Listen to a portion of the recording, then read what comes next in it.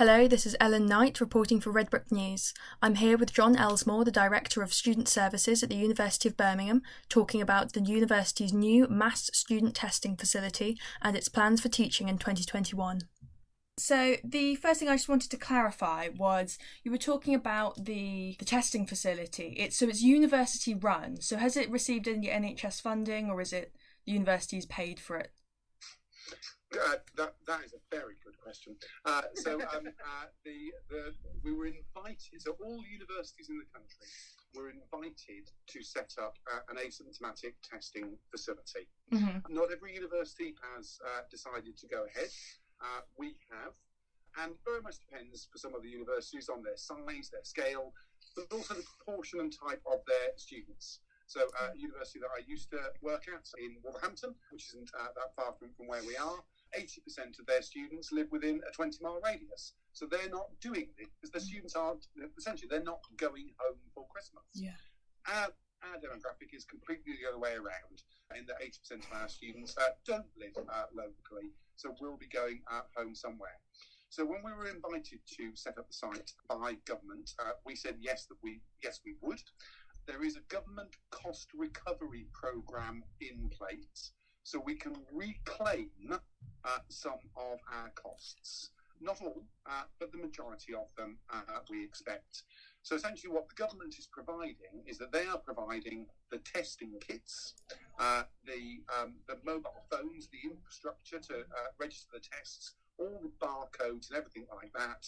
What the university has to provide is all the staff, the infrastructure, so build the testing sites, and for us to build and deploy the booking system to get students to the door. So that's a sort of share of responsibilities. But we'll get some of those staff costs back from the government's cost recovery programme. So I did another question about the testing. So are there any drawbacks to the lateral flow rapid test? Is there a reason it's not being used for the symptomatic testing? Yeah. So the lateral flow device tests are what we call highly sensitive. And what that means is that they will detect a particularly high viral load.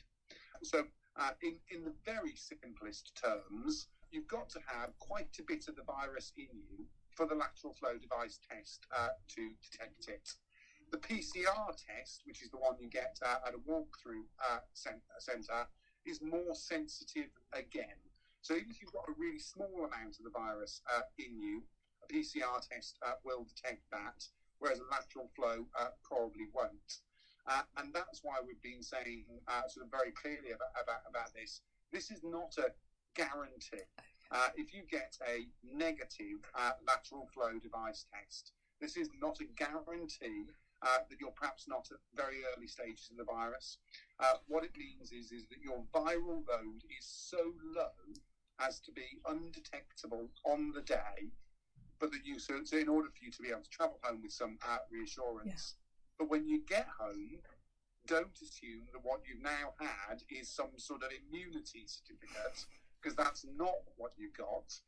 You should still very much be practicing all of the good guidance, all of the social distancing, and taking care particularly with members of your household who may be vulnerable.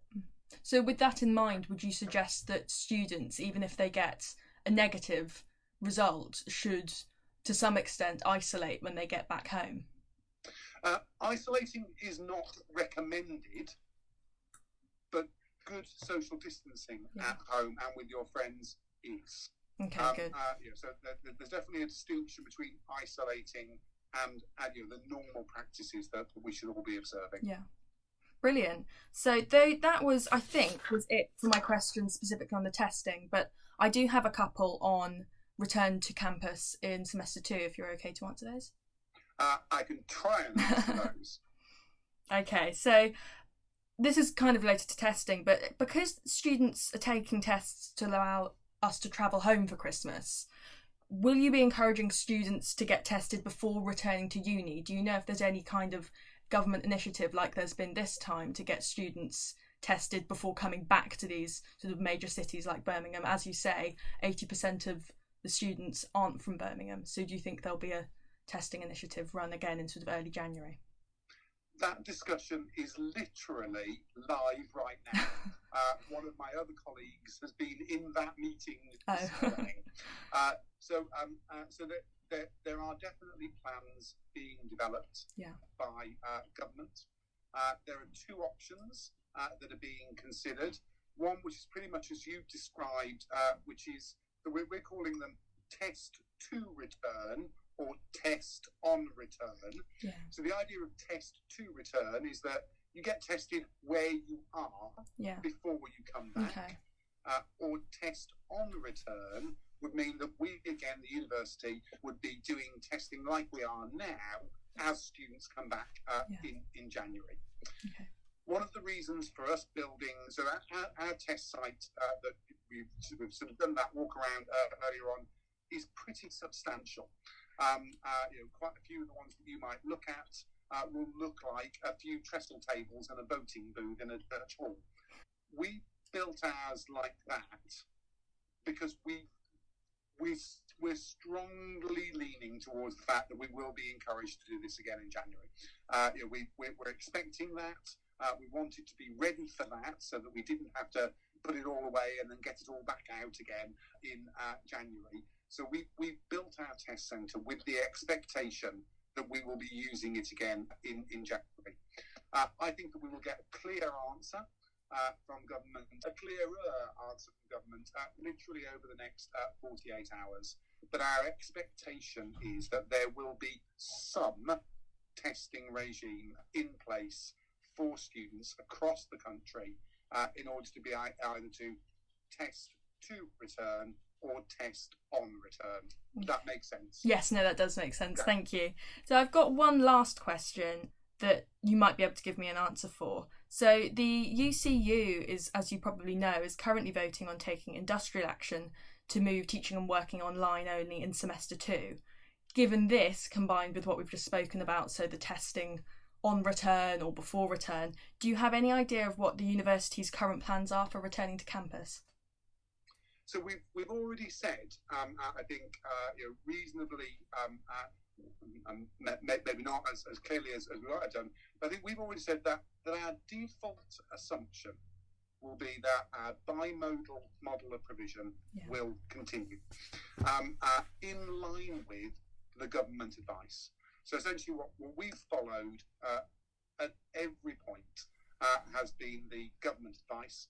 And whether that was through national restrictions, which end tonight, or Tier 3, which we turn into tomorrow at midnight like pumpkins, whether it's national restrictions or Tier 3, education settings remain open. And so we've always been cautious in making sure that bimodal provision is in place. Our default expectation for January is that Birmingham will still be in Tier 3, that we will still be teaching bimodally until government tells us otherwise. Brilliant. So that's really good. Thank you so much for answering our questions there. I think that's been really useful.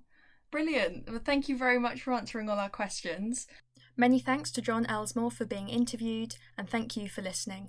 I'm Ellen Knight, and this is Redbrick News.